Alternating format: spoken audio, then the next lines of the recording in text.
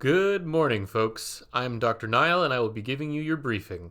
Today's SCP is SCP-5396. It falls under the new Anomaly Classification System.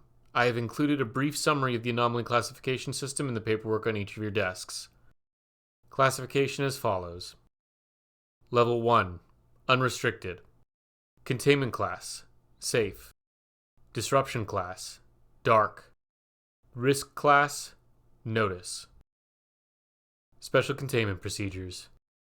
SCP-5396 is to be contained in a standard security room. All access to SCP-5396 requires the approval of the head researcher and the site director.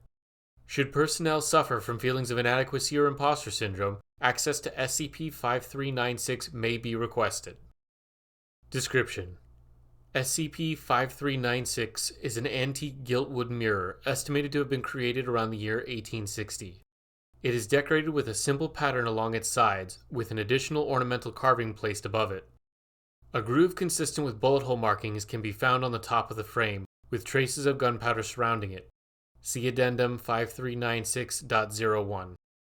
When a subject suffering from feelings of inadequacy views SCP-5396, the reflection of the mirror changes from that of the subject to a similar image depicting the subject as their best version, referred to henceforth as SCP-5396 TAC-A. This is usually accompanied by the spontaneous appearance of writing on the surface of SCP-5396 that describes the state of the subject's depiction in SCP-5396 TAC-A, as well as how they achieve their success.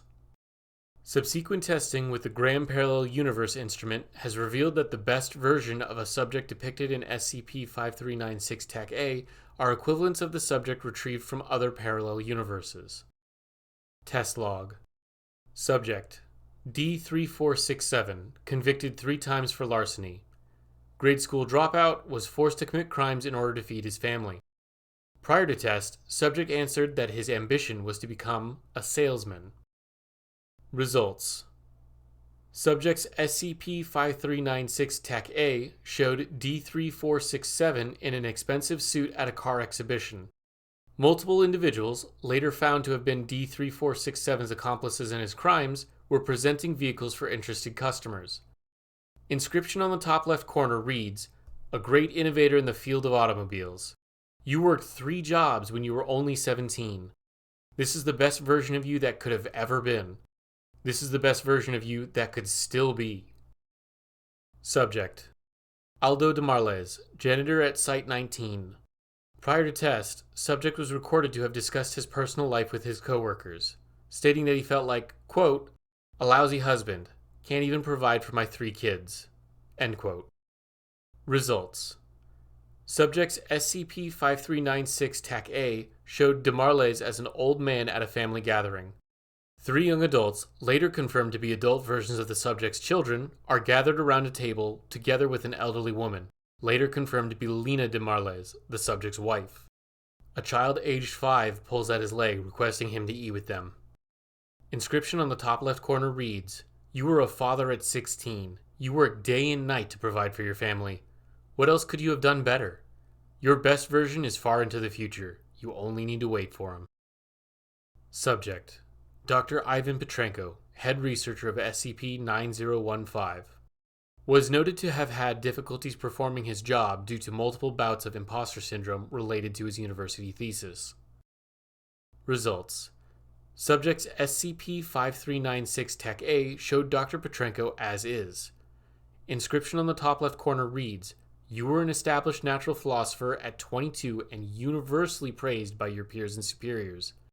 This is the best version of you that could have ever been. You are him right at this moment. Take pride in that. I most certainly did not, and it was too late when I did." Addendum 5396.01.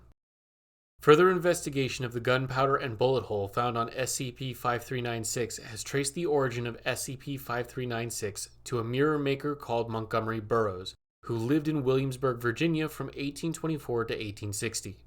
He was known to have devoted his life to creating true mirrors, but was unsuccessful in selling them.